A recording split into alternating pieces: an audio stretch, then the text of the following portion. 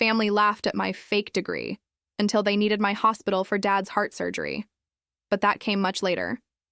Before that, there were years of quiet dinners where I was the family joke, the cautionary tale whispered among my relatives. My name is Olivia, and for a long time, my only defining feature was that I was the one who didn't make it. They laughed at my fake degree and my online classes. But when my father's life was on the line, my healthcare administration skills were all that mattered. Subscribe and leave a like to see how my family's scorn turned into their desperate need. My older brother Marcus was the golden child. He had a business degree from a state university, a corner office at a financial firm by 26, and a wife, Kimberly, who collected designer handbags like they were stamps. They lived in a pristine suburban house with a 2-car garage that housed their matching black BMWs. They represented everything my family valued: visible, conventional success. I, on the other hand, was taking online classes from a community college. My degree was in healthcare administration. At a family barbecue, the one that still burns in my memory, Marcus cornered me by the drinks cooler. "So, Olivia," he said, loud enough for everyone to hear. Still clicking away at that. "What is it? University of Phoenix Online?"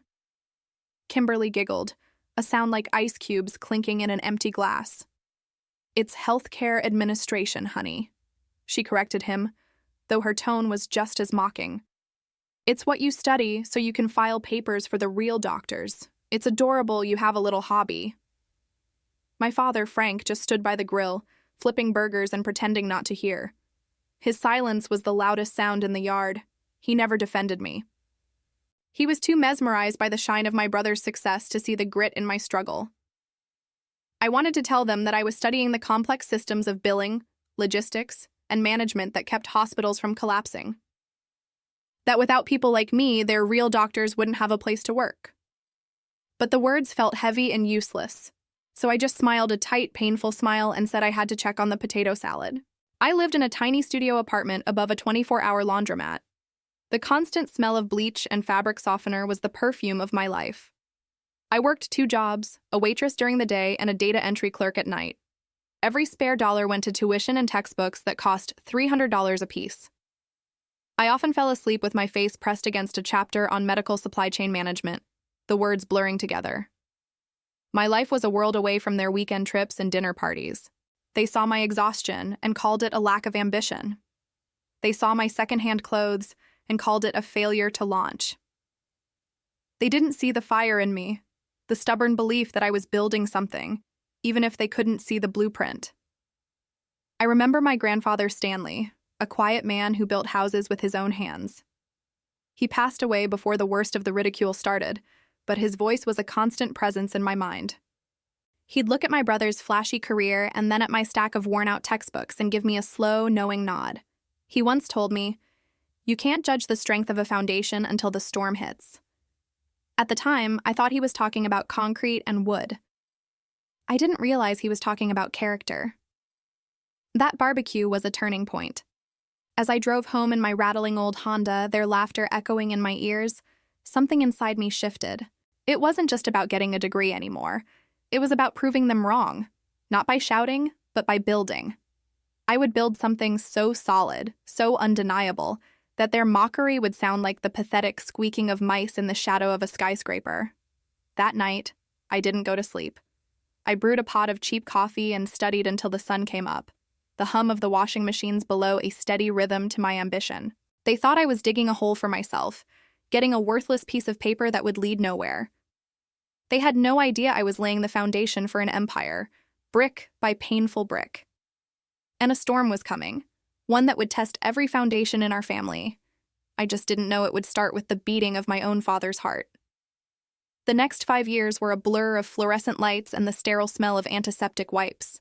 I graduated, not with a cap and gown in a crowded auditorium, but with a confirmation email that arrived at 3 a.m. while I was working a night shift. There was no party, no proud family photos. I celebrated by buying myself a donut from the hospital cafeteria and eating it in my car before my shift started. My degree didn't feel fake. It felt earned in a way Marcus could never understand. It was paid for not with a student loan, but with thousands of hours of lost sleep and missed social events. My first job was as an administrative assistant at a small, underfunded community clinic in a rough part of the city. Kimberly was right, I filed papers. But I also managed the scheduling for 3 overworked doctors, handled insurance pre-authorizations that meant the difference between a patient getting a scan or not, and figured out how to stretch a shoestring budget to keep essential supplies in stock. I learned that a hospital wasn't just doctors and nurses. It was a complex machine, and if one gear, like the supply chain, seized up, the whole thing would grind to a halt. I saw the raw, unfiltered reality of healthcare. I saw people at their most vulnerable, fighting with insurance companies over a few $100s. I saw the quiet desperation in a parent's eyes when a procedure was denied. This work wasn't adorable. It was vital. About a year into my job, my father, Frank, called me. It wasn't for a casual chat. He never did that. It was a command performance. "We're having dinner for your brother's promotion," he announced. "He's a vice president now. Be at the house at 7. I showed up in my best work clothes, which were still a world away from Kimberly's silk dress. Marcus was holding court in the living room, a glass of expensive scotch in his hand. He was talking about his new stock options package. The number he threw out was more than I made in 5 years. "Ah, Olivia," he said when he finally noticed me. "Glad you could make it. How's the clinic?" He said the word like it was something unpleasant he'd stepped in. "It's busy," I said, keeping my voice even. "We're trying to implement a new digital record system to reduce wait times." Kimberly laughed her tinkling laugh. "Oh, that's so sweet. You're playing with computers." Meanwhile, Marcus just closed a deal that will fund a new wing for the art museum. I just smiled. There was no point in explaining that my playing with computers would mean an elderly patient with diabetes would get seen 30 minutes faster, potentially preventing a complication. Their world was measured in dollars and prestige. Mine was measured in minutes and outcomes. My grandfather Stanley's words echoed in my mind. You can't judge the strength of a foundation until the storm hits. I felt like I was mixing concrete in the dark while they were busy decorating a house of cards. I didn't stay at that clinic forever. I absorbed everything I could, learning the intricate dance of logistics, billing, and patient flow. I saw inefficiencies everywhere, gaping holes where money and time were being wasted. I started creating my own systems in my spare time, building spreadsheets and models on my old laptop that showed how small changes could have massive impacts. After 2 years, I applied for a position as a systems analyst at a much larger hospital network. The interview was grueling. They didn't ask me where I went to school. They gave me a case study about a hospital department that was losing $2 million a year due to scheduling errors and supply waste. They asked me how I would fix it. I didn't just tell them. I showed them. I pulled out a USB drive with the models I had built in my spare time. For an hour, I walked them through a step-by-step plan, showing how reorganizing the supply closets and implementing a predictive scheduling software could turn that loss into a profit within 18 months. I got the job. My new salary was double what I made at the clinic. I moved out of the apartment above the laundromat into a small but quiet one-bedroom. The first night there, the silence was so profound it felt strange. For the first time in years, I wasn't being lulled to sleep by the rumble of industrial dryers. When I told my family, the reaction was muted.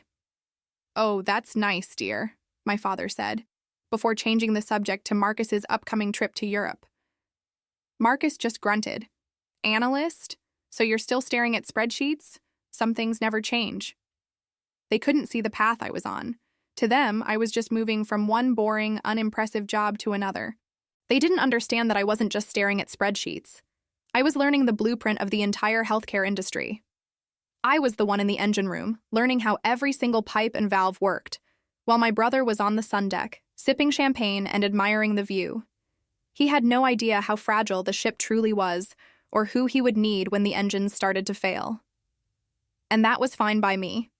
I kept my head down and learned. Every day, I was adding another brick to my foundation.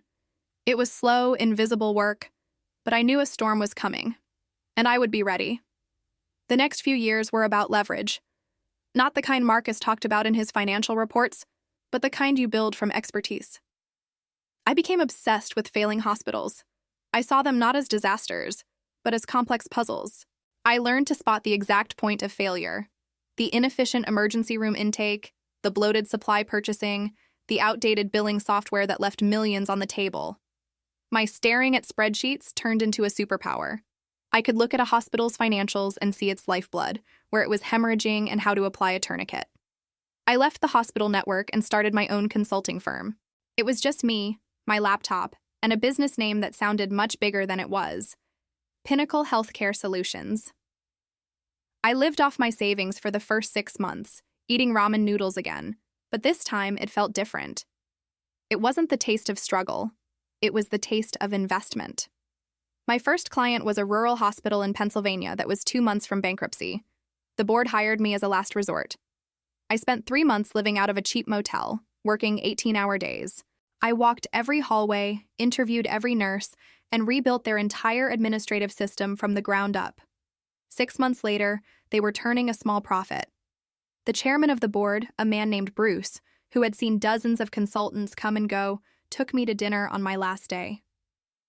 "I've never seen anything like it, Olivia," he said, shaking his head in disbelief.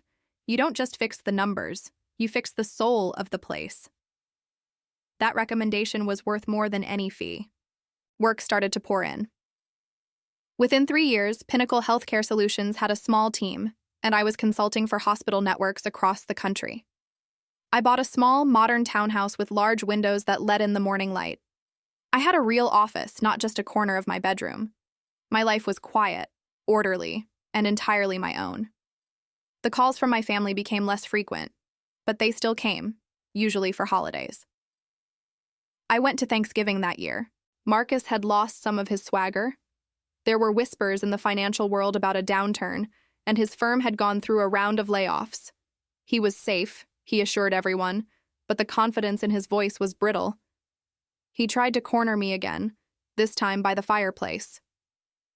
"Heard you have a little business now," he said, swirling a glass of wine. "Flipping hospitals or something? Sounds risky." "It's about efficiency, not risk," I replied calmly. "We help them serve their communities better. We just turned around a pediatric wing in Ohio. They were going to have to close it." He just stared at me. He didn't have a witty comeback. Kimberly tried to fill the silence. "Well, that's just wonderful, Olivia. It's so important to have a hobby you're passionate about." The insult was the same, but it landed with a thud. It didn't sting anymore. It just sounded pathetic. As I drove home that night, I thought of my grandfather Stanley again. You can't judge the strength of a foundation until the storm hits. I was watching the first cracks appear in my brother's foundation, built on bonuses and bull markets. Mine, built on late nights, bleach-scented apartments, and the quiet satisfaction of solving impossible problems, felt like solid rock. They still couldn't see what I had built because it wasn't a BMW or a designer watch. It was invisible. It was competence.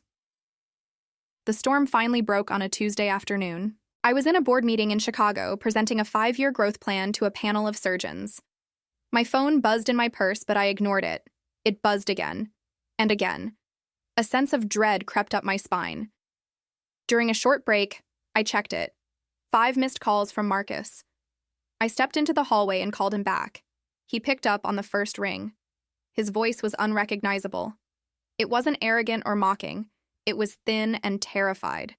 "Olivia," he choked out, and the sound was so raw it stunned me.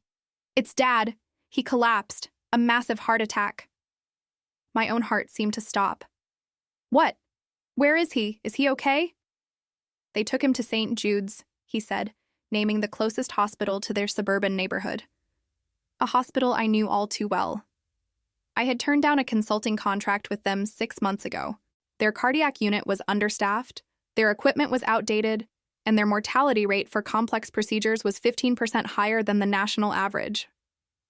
"Marcus," I said, my voice suddenly sharp and focused, the consultant in me taking over. "Listen to me. They can't treat him there. Not for what he needs."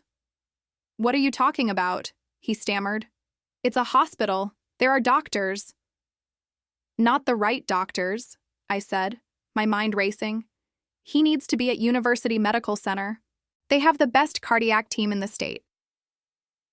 There was a pause, and then he said the words I had, on some level, been waiting my entire adult life to hear.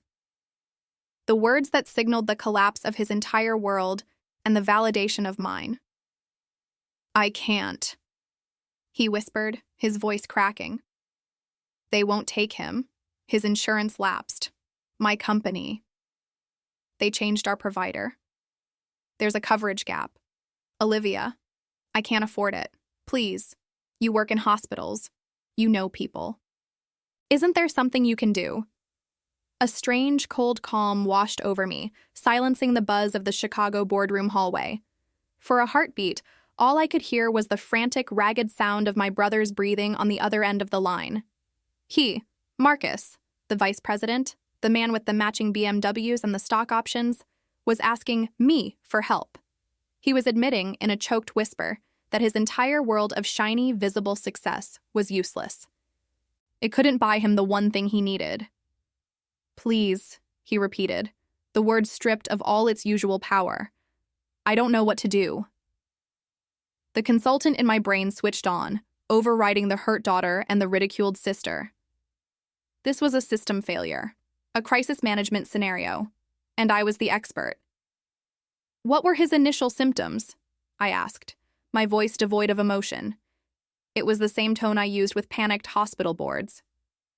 I don't know," Marcus stammered. He just grabbed his chest. He couldn't breathe. The paramedics, they said it was bad, Olivia. Really bad. "Who is the attending physician in the emergency room at St. Jude's?" I pressed. "I don't have a name. Just a doctor. Why does that matter?" His voice was rising in frustration, the old Marcus trying to claw his way out. "It matters because St. Jude's doesn't have a Tier 1 cardiac catheterization lab, Marcus," I said, the words sharp and precise. I was explaining the very systems they had called my hobby. Their door-to-balloon time is almost double the national standard. They are not equipped to handle a complex myocardial infarction. They will stabilize him and then tell you he needs to be moved, by which time critical heart muscle could be lost. Silence. I could practically hear him trying to process the jargon, the cold, hard facts of an industry he had never bothered to understand. "Stay by the phone," I commanded. "Do not sign any financial liability forms.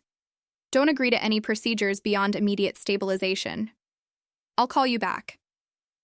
I hung up before he could argue. I stood for a moment, looking at my reflection in the polished glass of the office window. Behind me, the surgeons were probably wondering where I'd gone. My hands weren't shaking. My heart was steady.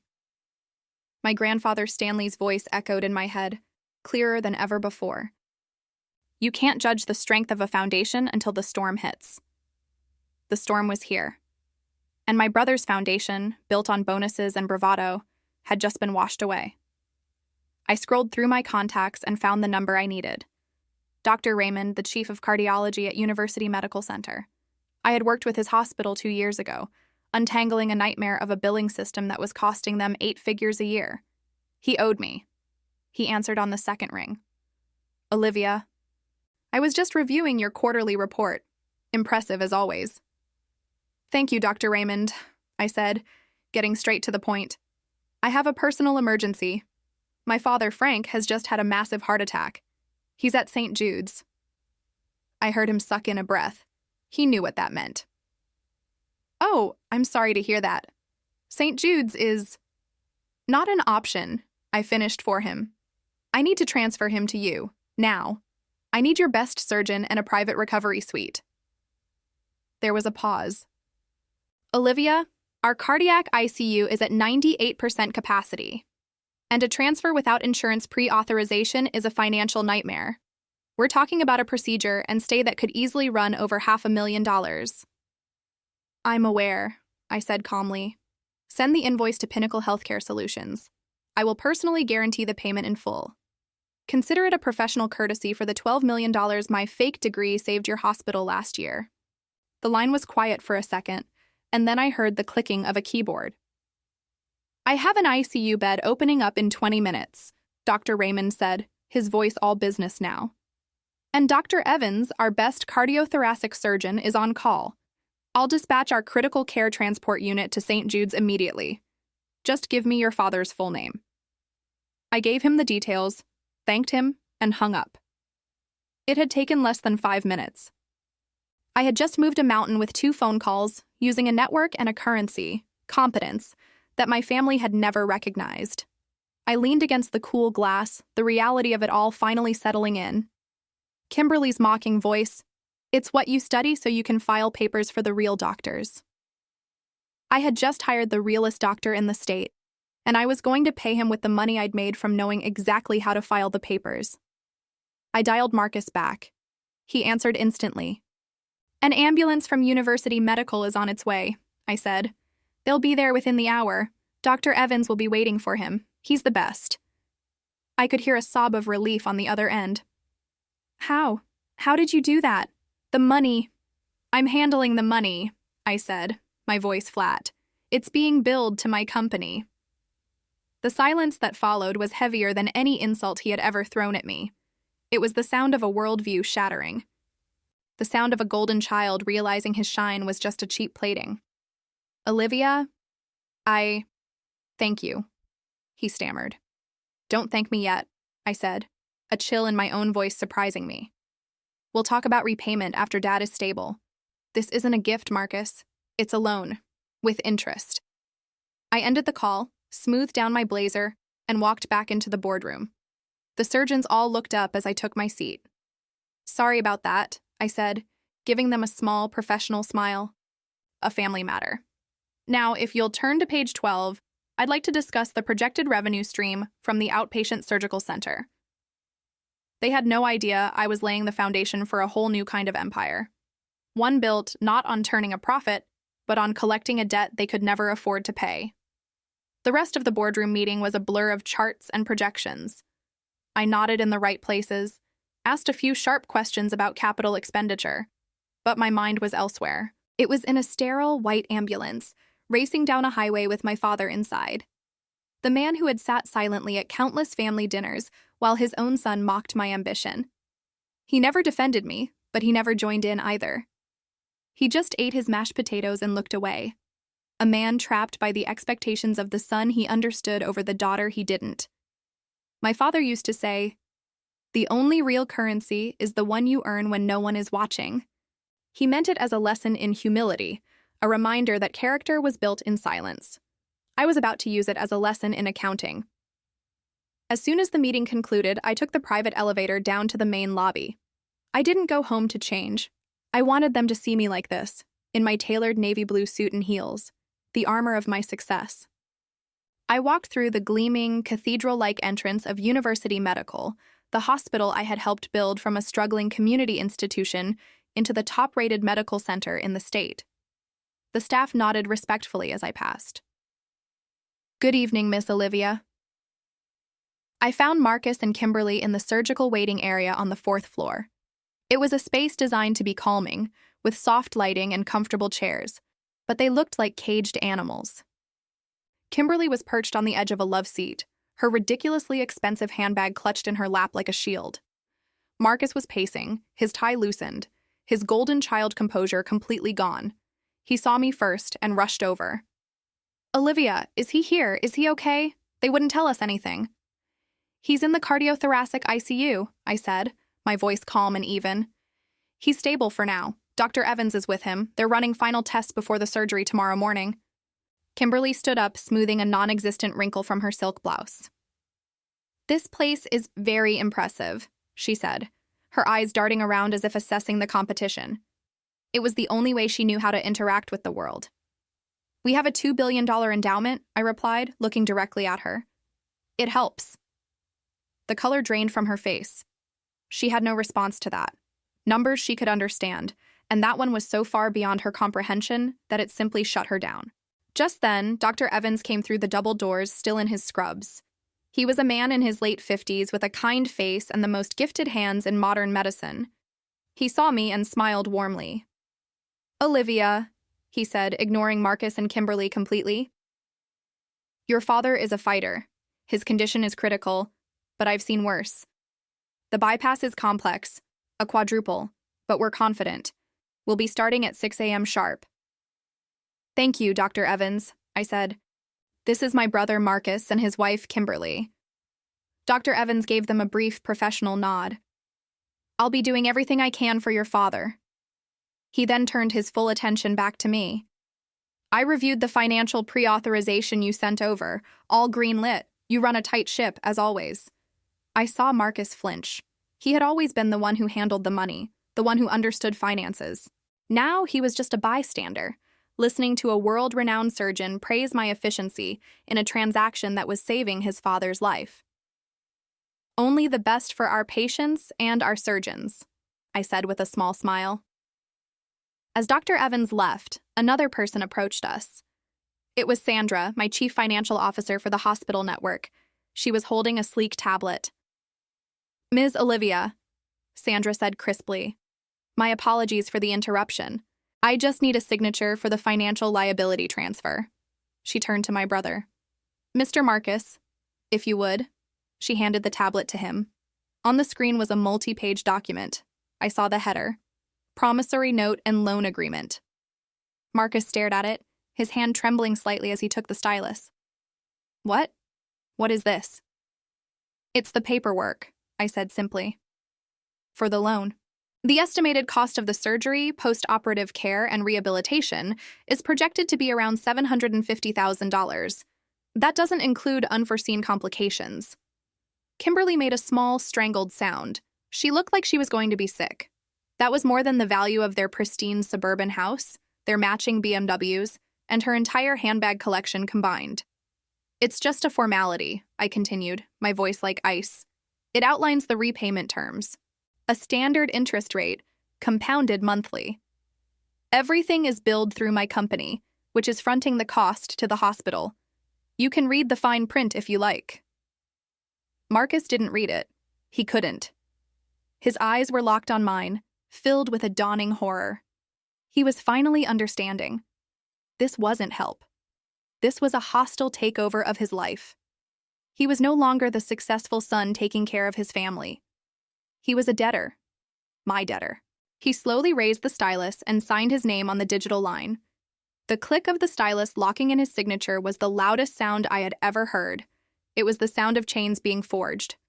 Sandra took the tablet back. "Thank you, sir. We're all set.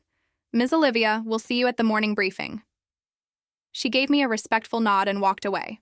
I turned back to my brother. "You can see him now," I said. "ICU room 412, one visitor at a time." I didn't wait for a reply. I walked away, my heels clicking on the polished marble floor. I didn't feel triumph. Not yet. I just felt a cold, hard certainty. The debt was on the books. The interest was already starting to grow. I didn't look back. The sound of my heels on the marble was the only reply I offered them. Each click was a punctuation mark at the end of a long, miserable chapter of my life. I walked down the long, sterile corridor, past nurses in crisp scrubs who nodded at me with respect, past doctors who greeted me by name. "Ms. Olivia." Not the condescending Livy my family used. Here, I wasn't a joke. I was the final authority. My office was on the top floor, a corner suite with floor-to-ceiling windows that offered a panoramic view of the city skyline. It was a view that cost more per month in rent than Marcus's entire mortgage. The furniture was minimalist and modern.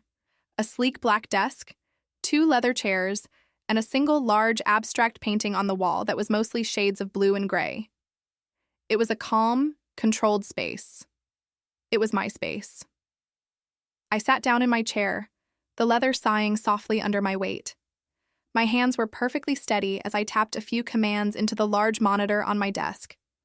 A grid of security camera feeds appeared. I selected the one for the IQ waiting area, camera 4. There they were, Marcus and Kimberly. They were standing exactly where I had left them, looking like 2 statues carved from despair.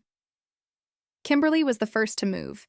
Her hands, which were usually so gracefully occupied with a designer clutch or a champagne flute, were flying in the air. She was yelling at him. I couldn't hear the words, but I didn't need to. I could read her frantic, accusing body language from 100 yards away. She jabbed a finger at his chest. Her face was contorted into an ugly mask of rage and fear. This wasn't part of her perfect, curated life. This was messy. This was real. Marcus just stood there and took it. His shoulders, which he always held so straight and proud, were slumped. He looked like a puppet with its strings cut. He didn't even try to defend himself. He just stared blankly at the wall, his face pale and slack. He had built his entire identity on being the successful one, the one who took care of everyone, the one who had it all figured out. And in the space of 10 minutes, with a few clicks of a stylus, I had demolished that identity completely. He was a failure. He was in debt. He was dependent on the sister he had mocked for years. I watched them for a few more minutes. Kimberly eventually dissolved into tears, sinking onto one of the uncomfortable waiting room chairs and hiding her face in her hands. Marcus didn't move to comfort her. He just stood there, lost. I felt a flicker of something, a distant echo of pity, but I stamped it out. Pity was a luxury I couldn't afford. They had never shown me any. My gaze drifted from the screen to the wall behind my desk. There, in a simple black frame, was my degree. It wasn't from an online community college. It was a master's degree in healthcare administration from Johns Hopkins University, earned with honors. I had completed it at night while working 2 jobs, a day job as a receptionist at a clinic and a night job filing medical records. They never asked about the details. They just heard online classes, and filled in the rest with their own assumptions, their own need for me to be less than them. They created a story about me that made them feel comfortable, and they never once bothered to see if it was true. The lie about the community college wasn't even mine. It was theirs. I had tried to tell them about my program once at that same family barbecue. Marcus had laughed, a loud, booming laugh that drew everyone's attention. Johns Hopkins online? He'd scoffed, winking at Kimberly. Sure, Livy. And I'm the Queen of England. Just stick to your little certificate, it's cute. I never tried to correct them again. I just let them believe what they wanted. I let their arrogance become my shield, my motivation. My father always used to say, before he got sick, that a debt is a promise written in stone. He meant it financially, but I learned it applied to other things too. Disrespect was a debt. Ridicule was a debt. And I was a very patient collector. My desk phone buzzed, a soft, discreet sound. I tapped the screen, and the security feed was replaced by a video call. It was Dr. Evans, now in his surgical scrubs, his face serious behind a mask. Ms. Olivia, he said, his voice clear and professional. We're ready. Your father is prepped and stable. We're about to begin. I took a deep breath, the cold, hard certainty returning to me, stronger than ever. This was it. The machine was in motion. The debt was being incurred, dollar by dollar, minute by minute. The interest was already ticking. Proceed, doctor, I said, my voice perfectly even. Do your best work. He nodded. Of course. The call ended. I leaned back in my chair and looked out at the city. The sun was beginning to set, painting the sky in shades of orange and purple. It was beautiful. For the first time in a very long time, I felt like I could finally breathe. The surgery would save my father's life, but the bill would end my brother's. And that felt like its own kind of justice. Marcus mocked my healthcare administration degree, calling it a little hobby. What would you have done in my place? Comment your thoughts and share if you understand the grind. I stayed in my chair for a long time, just watching the city lights begin to sparkle as dusk settled. Each light represented a life, a story, a family. For years, I had felt like my own light had been deliberately hidden under a basket by the people who were supposed to help it shine. Now, I was the one controlling the power grid. The intercom on my desk chirped. It was my executive assistant, a sharp woman named Lauren. Ms. Olivia, Mr. Arthur is on line 2 for you. He says it's personal. I felt a small jolt. Arthur was the chairman of the hospital's board of directors, a man in his late 70s who had built a shipping empire from nothing. He was also, coincidentally, an old golf buddy of my father's from before the illness took hold. Put him through, Lauren. His voice was deep and raspy, but kind. Olivia, my dear, I just heard about your father. I am so sorry. Is there anything at all I can do? I kept my voice level, professional. Thank you, Arthur. That's very kind of you. He's in surgery right now with Dr. Evans. We're optimistic. Evans is the best, he said, and I could hear the relief in his voice. The absolute best. Your father is in good hands. You built a world-class facility here, you know. We're all incredibly proud of you. I had a lot of good people helping me, I said, the standard corporate response. Nonsense, he boomed. Leadership starts at the top. You know, I saw your brother Marcus in the lobby earlier. Fine boy, that Marcus. Always so sharp. He must be a great comfort to you at a time like this. I almost laughed.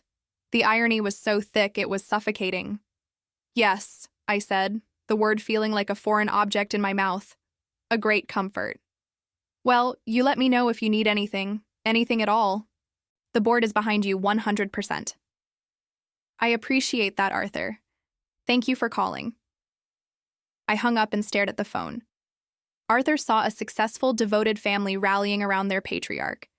He saw the polished image Marcus had spent his entire life cultivating. He couldn't see the rot underneath. He couldn't see the condescending smirks, hear the whispered jokes about my online certificate. He couldn't see the mountain of debt about to crush his fine boy. I opened a file on my computer labeled Family and Personal. Inside was a single, password-protected spreadsheet.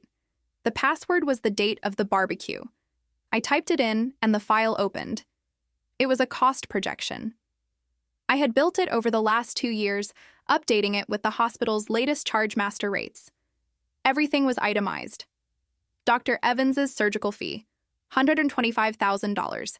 The anesthesiologist, $45,000. The specialized robotic surgical system rental, $8,000 per hour. Projected operating room time, 6 hours. That was $48,000 before they even made the first incision. Then there was the post-op care, a private room in the cardiac ICU, $22,000 per night. Projected stay, 5 nights. That was another $110,000. Medications, blood transfusions, physical therapy, consultations with other specialists. It all added up. The estimated total, sitting at the bottom of the spreadsheet in bold red font, was $1.8 million. And that was if everything went perfectly. Any complication, any extra day in the ICU, and the number would climb. I remembered a Christmas dinner 3 years ago. Marcus had just bought Kimberly a new Porsche Macan. She was showing off the keys, letting them jingle on her finger.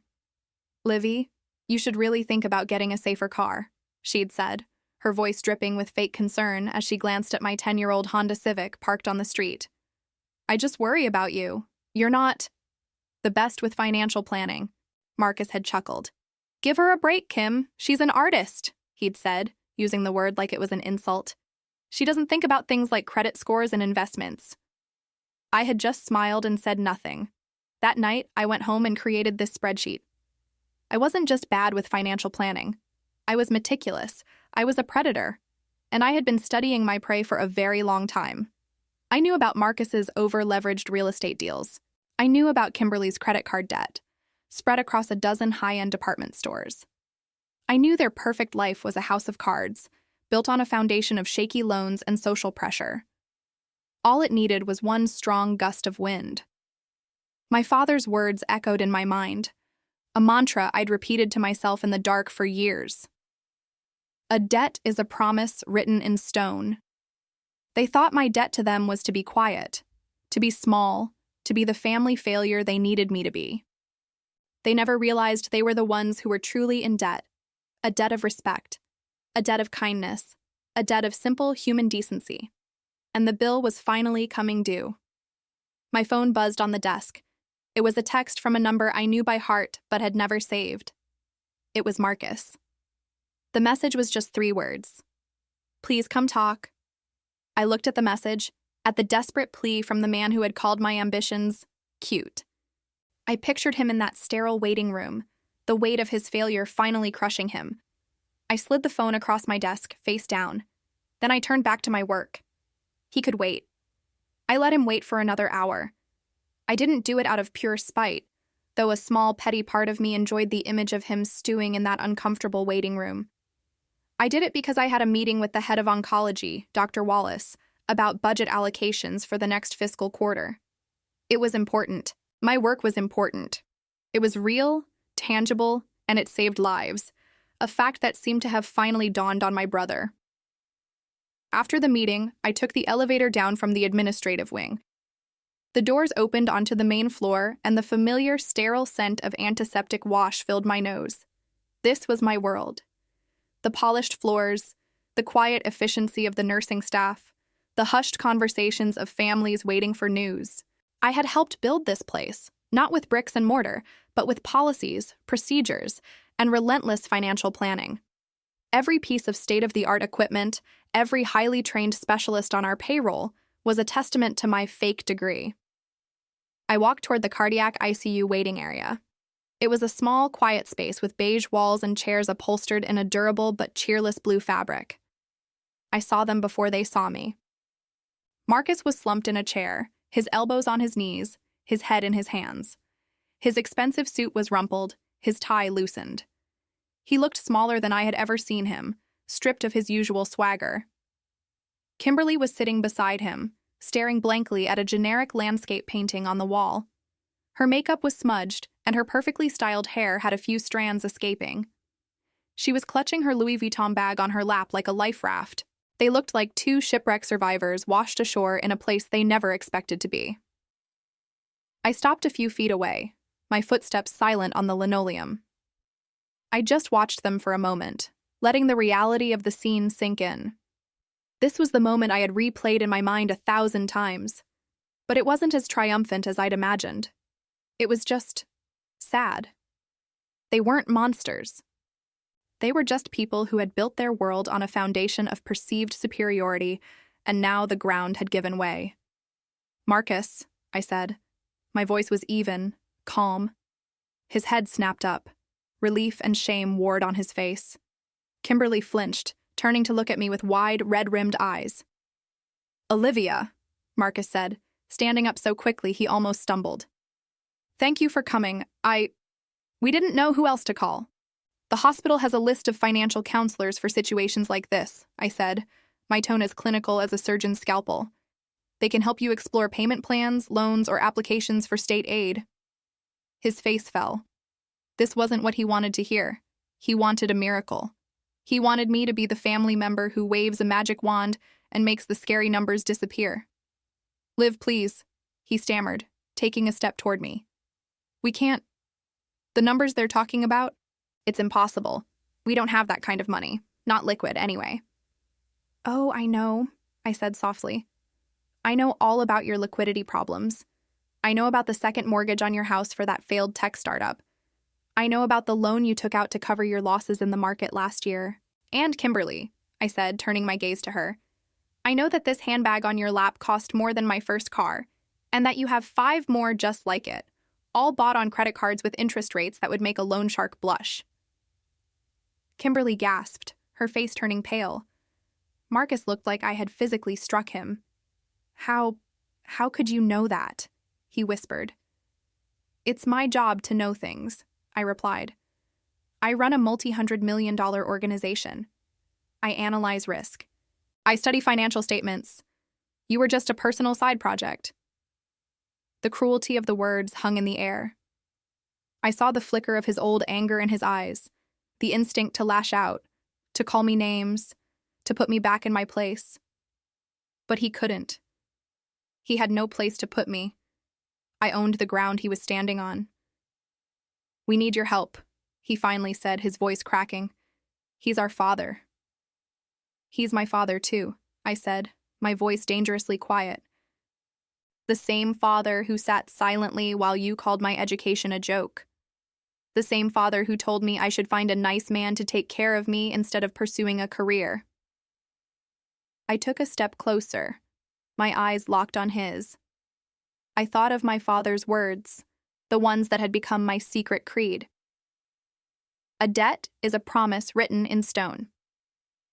You see, Marcus, for years, you all made me feel like I owed you something. An apology for not being like you, for not wanting what you wanted. But you had it all backward. You're the ones who are in debt, a debt of respect, a debt of support. And the bill has just arrived. I pulled my tablet from my briefcase. I had already queued up the file. I turned the screen toward them. It was the same spreadsheet I had looked at in my office, but this time I had added a new section. It was an application form for a high-interest medical loan, offered by a third-party lender the hospital partnered with. The interest rate was a staggering 19%. "This is your only option," I said. "You can sign over the deed to your house as collateral, along with the titles to your cars and Kimberly's assets." I gestured vaguely toward her designer bag. "The lender will cover the initial cost. You'll be paying it off for the rest of your lives. Or," I paused, letting the weight of the alternative settle in, "you can transfer Dad to a public hospital." Marcus stared at the screen, his face ashen. "A public hospital? They don't have Dr. Evans. They don't have the equipment. He won't make it." "I know," I said. "That's the choice. Your perfect life or your father's. Sign the papers, Marcus. The clock is ticking." Kimberly let out a sound, a little choked sob. "My bags? My home? You can't be serious, Olivia. This is everything we've worked for." I looked at her, my expression unchanged. "No, Kimberly. This is everything you've borrowed for. There's a difference. What you've worked for is a mountain of debt that's about to collapse. I'm just offering you a shovel." Marcus stared at the tablet, his shoulders slumped. The fight had gone out of him completely. All the years of smug confidence, of easy superiority, had evaporated in this sterile, quiet hospital room. He looked up at me, his eyes pleading for the first time in his life.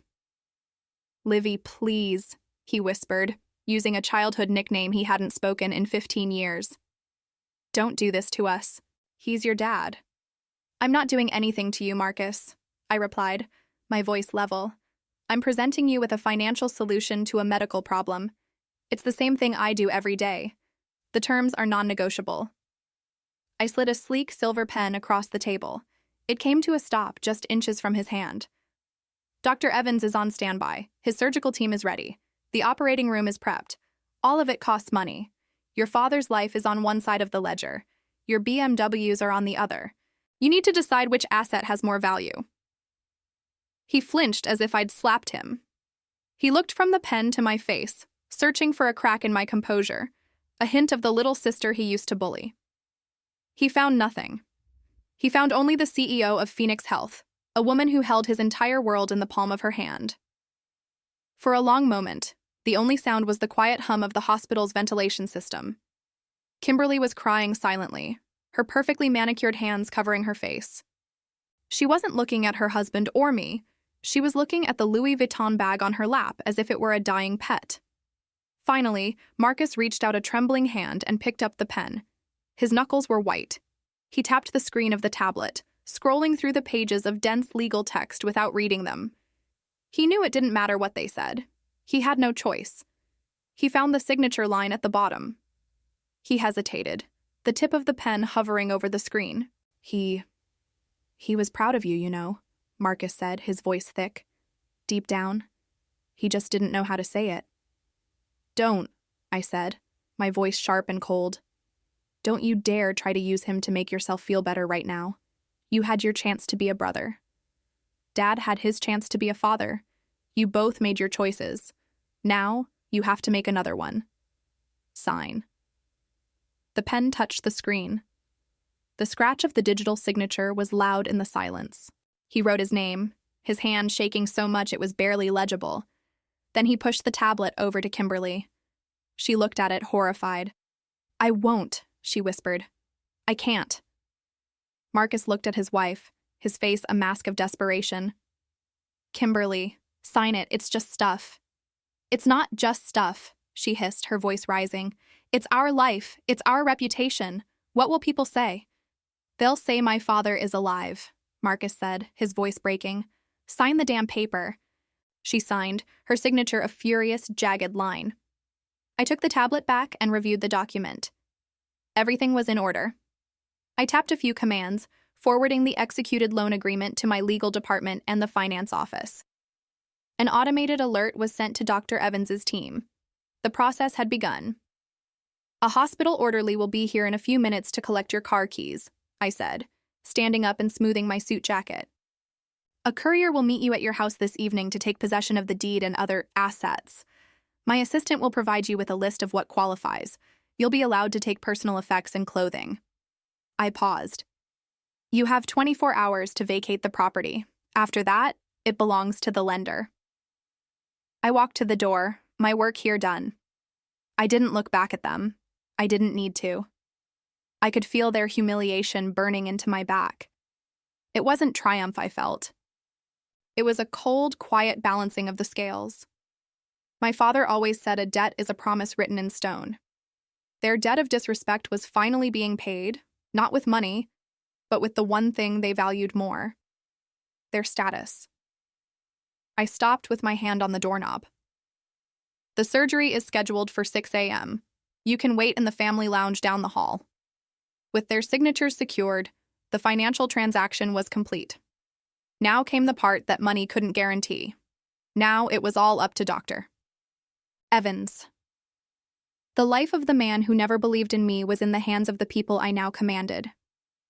And I had no idea if I wanted him to be saved. I walked out of the small, sterile office and closed the door behind me, the click of the latch echoing in the empty corridor. The sound seemed to finalize the transaction more than their shaky signatures ever could. I didn't feel the rush of victory I had imagined for years. There was no soaring music, no triumphant fist pump. There was only the quiet hum of the hospital's ventilation system and the distant rhythmic beep of a heart monitor somewhere down the hall. It was the sound of my world, a world I had built while they were laughing. I went to the surgical observation deck on the 3rd floor. It was a dark room, dominated by a massive pane of glass that looked down into operating room 2. Below, my father was a still form under a blue sterile sheet, surrounded by a constellation of machines and a team of professionals moving with quiet efficiency. Dr. Evans, a man whose hands were insured for $10 million, was scrubbing in. I had hired him myself, poaching him from a rival institution with an offer so generous it made the news in medical journals. He was the best cardiothoracic surgeon in the country, and he worked for me. The irony was so thick I could barely breathe. I had spent my teenage years listening to my father lecture Marcus about the importance of a real education, of a brick-and-mortar university with a football team and a legacy. "Online degrees are for dropouts, Olivia," he'd said over a steak dinner I wasn't allowed to order because it was too expensive. It's a piece of paper that says you know how to use a computer. Nothing more. Now his life depended on the empire I had built with that very piece of paper. Hours bled into one another. I watched the slow, meticulous dance of the surgery. The cutting, the clamping, the steady hands of Dr. Evans working on the very heart that had never shown me any warmth. I tracked my father's vitals on a monitor beside me. Blood pressure, oxygen saturation, heart rate. They were just numbers on a screen, abstract data points representing the man who called my graduation from my online program a non-event. I thought about the day I got my first big promotion. I was 28, the youngest administrator at a regional health network. I called home, excited to share the news. My father answered. "That's nice, dear," he'd said, his voice distracted. "Listen, Marcus just closed a huge deal. We're taking him and Kimberly out to celebrate. Talk to you later." He hung up before I could say anything else. I sat in my tiny apartment, the one with a leaky faucet and a view of a brick wall, and ate a celebratory dinner of instant noodles alone. Suddenly, a sharp, continuous alarm blared from the speakers connected to the oar. On the monitor, my father's blood pressure was plummeting. A flat line appeared where his heart rhythm should have been. Below, the calm ballet of the surgery erupted into controlled chaos. "He's crashing! Charge the paddles to 200! Dr. Evans's voice was sharp, cutting through the noise. I stood frozen, my hand pressed against the cold glass. This was it. This was the moment. I could let it happen. I could let nature take its course, let the universe balance the scales for all the years of neglect and ridicule. It would be so easy. No one would ever know. It would just be a tragic, unavoidable complication during a high-risk surgery. Marcus and Kimberly would lose their father, but they had already lost everything else. It would be a clean end. "Clear!" someone shouted. My father's body convulsed on the table. The flat line on the monitor jumped, then settled back into nothing. No response. "Charging to 300, Dr. Evans commanded. My own heart was hammering against my ribs. A voice in my head, a cold, dark whisper, was screaming, "Let him go. Let him go. He never fought for you."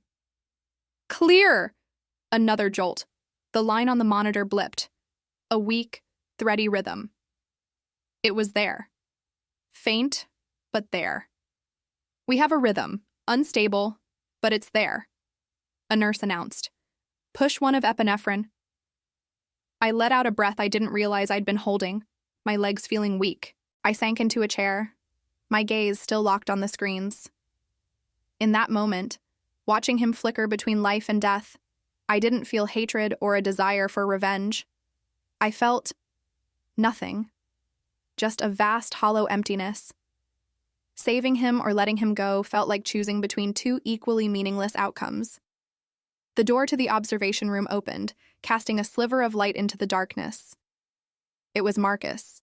His expensive suit was rumpled, his hair was a mess, and his eyes were red-rimmed and wild with fear. "Olivia?" he choked out. "What's happening? They wouldn't tell us anything." He saw the monitors, the frantic activity in the room below. His face went pale. Is he going to die?" he whispered, his voice cracking. "He went into cardiac arrest. Dr. Evans is stabilizing him," I said, my tone as sterile as the room below. Marcus stared at me, his expression shifting from fear to a dawning, horrified understanding. He wasn't looking at his sister. He was looking at the person who owned his house, his cars, his future. The person who held his father's life in her hands. "You did this," he breathed, the accusation hanging in the air. "You wanted this to happen. You're enjoying this." I turned my chair to face him fully. The flickering lights from the monitors cast strange shadows across my face. "Enjoying it?" I asked, my voice dangerously quiet. "No, Marcus, I'm not enjoying it. This isn't about enjoyment. This is a business transaction. You and Dad taught me the value of a good investment. I invested in myself. You invested in BMWs. Now your investment has depreciated and mine is paying dividends. That's all this is." He stared at me, speechless. The golden boy, the master of the universe, had no response. He had no leverage, no clever retort. He just stood there, broken. While below us, the man who taught us both how to be cruel was fighting for his life. The surgery wasn't over, and I still didn't know which outcome I was rooting for. The hum from the operating room speakers settled back into a steady, rhythmic beep. Below, the frantic energy subsided. Dr. Evans was speaking in a low, calm voice to his team, making adjustments. My father's heart was beating on its own again. It was a weak, fragile rhythm, but it was there. He was alive. Marcus let out a ragged sob, his body slumping against the doorframe as if his bones had turned to liquid. He slid down the wall until he was sitting on the floor, his head in his hands. The golden boy, my brother, who once told me my degree was worth less than the paper it was printed on, was a heap of expensive, rumpled fabric on the floor of my hospital. He's okay?" he asked, his voice muffled by his hands. "He's stable," I replied, my voice flat. I didn't move from my chair. "For now. The next few hours are critical." He looked up at me, his face streaked with tears. The arrogance was gone, replaced by a raw, pleading desperation I had never seen in him before. "Olivia, please," he whispered. "Don't let him die. Whatever you want, whatever else you think we owe you, just, he's our father." Our father. The words hung in the air, absurd. He was the man who paid for Marcus's BMW as a graduation gift and refused to chip in for the application fee for my online program. He was the man who flew to New York to celebrate Marcus making partner, but forgot to call me on my 30th birthday. We shared DNA, but we had never truly shared a father. "I already have what I'm owed, Marcus," I said, my eyes still fixed on the screen displaying my father's vitals. "I have your house.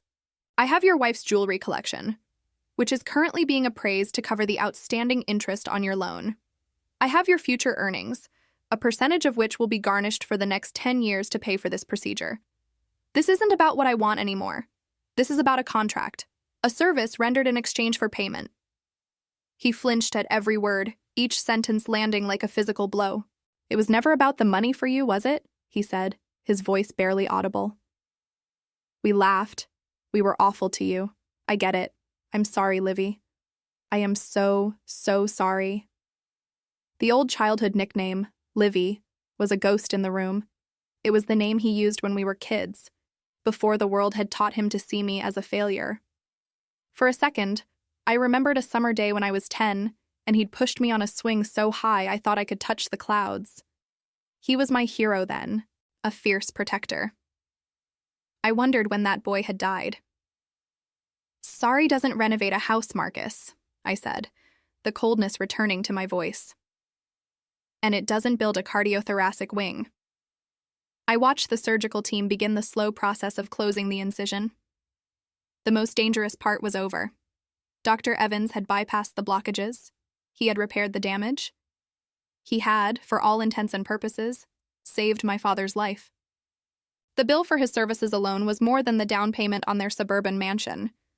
A quiet satisfaction settled in my chest, but it wasn't triumph. It was something colder, more final. My father always said a debt is a promise written in stone. For years, I thought he was talking about money. But watching him lie helpless on that table, I understood. He had incurred a debt with me that had nothing to do with finances. It was a debt of belief, of support, of fatherly affection. And the payment was this: his life, delivered back to him not as a gift of love, but as a fully costed medical service provided by the daughter he never valued. The scales were balanced. The door opened again. A young nurse named Carol stood there, her expression professional. "Miss Olivia, Dr. Evans has completed the procedure. The patient is being moved to the ICU. He's in critical but stable condition. Dr. Evans will be up to brief you in about 20 minutes. "Thank you, Carol," I said, my voice steady. She nodded and left, closing the door softly. I stood up and walked over to the glass, looking down one last time as they began to wheel my father's gurney out of the operating room. He was just a shape under a sheet, indistinguishable from any other patient. I turned to Marcus, who was still on the floor, looking up at me like a lost child.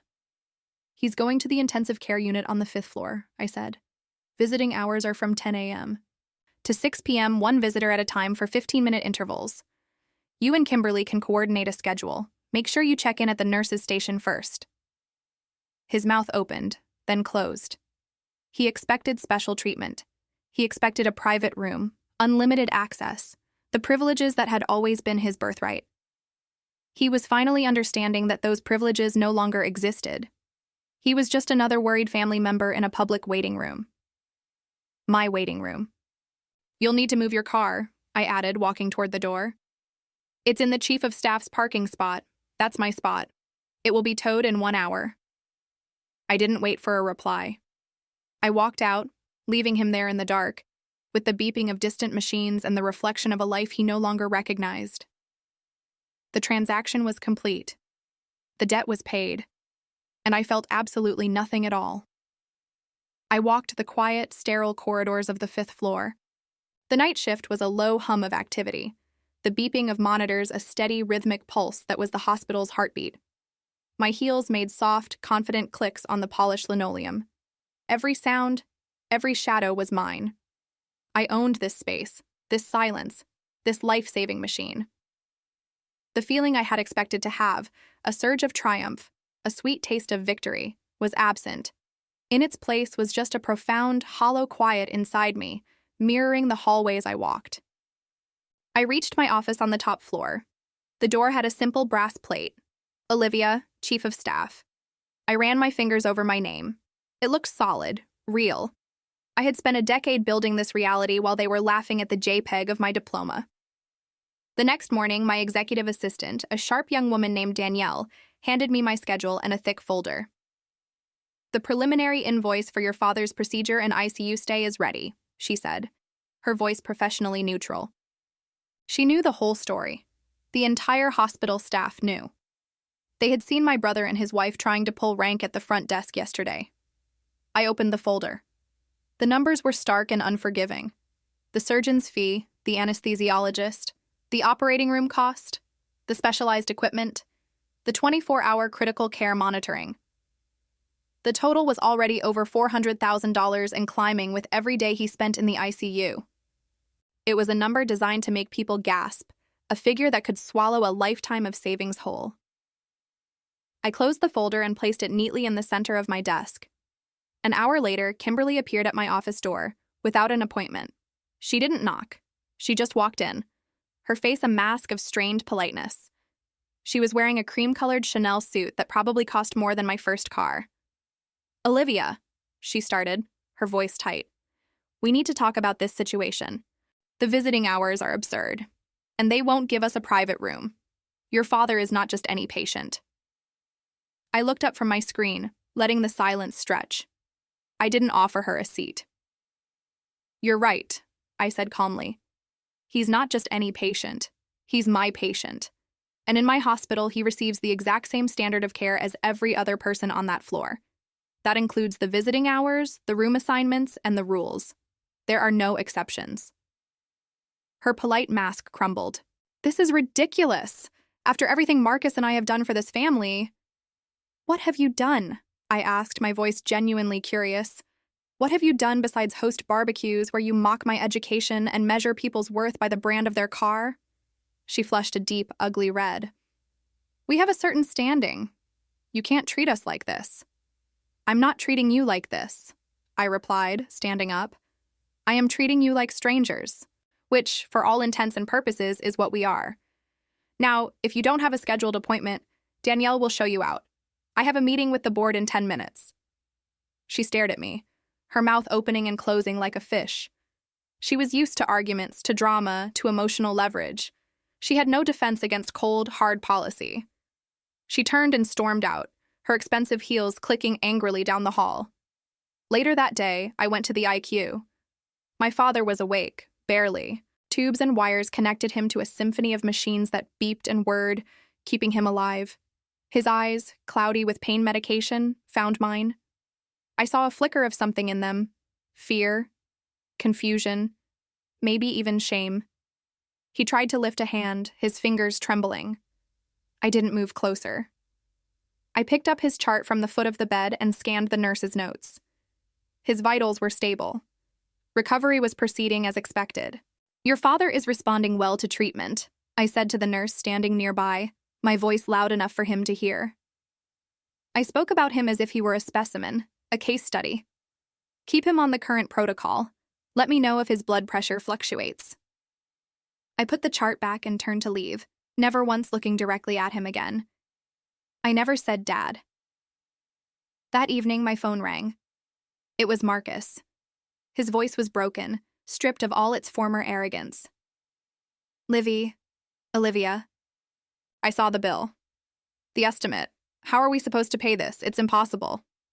"The hospital has financial counselors," I said, my tone flat. "They can discuss payment options with you. Asset liquidation is often the first step in these cases. You have 2 cars, correct? And the house is worth quite a bit."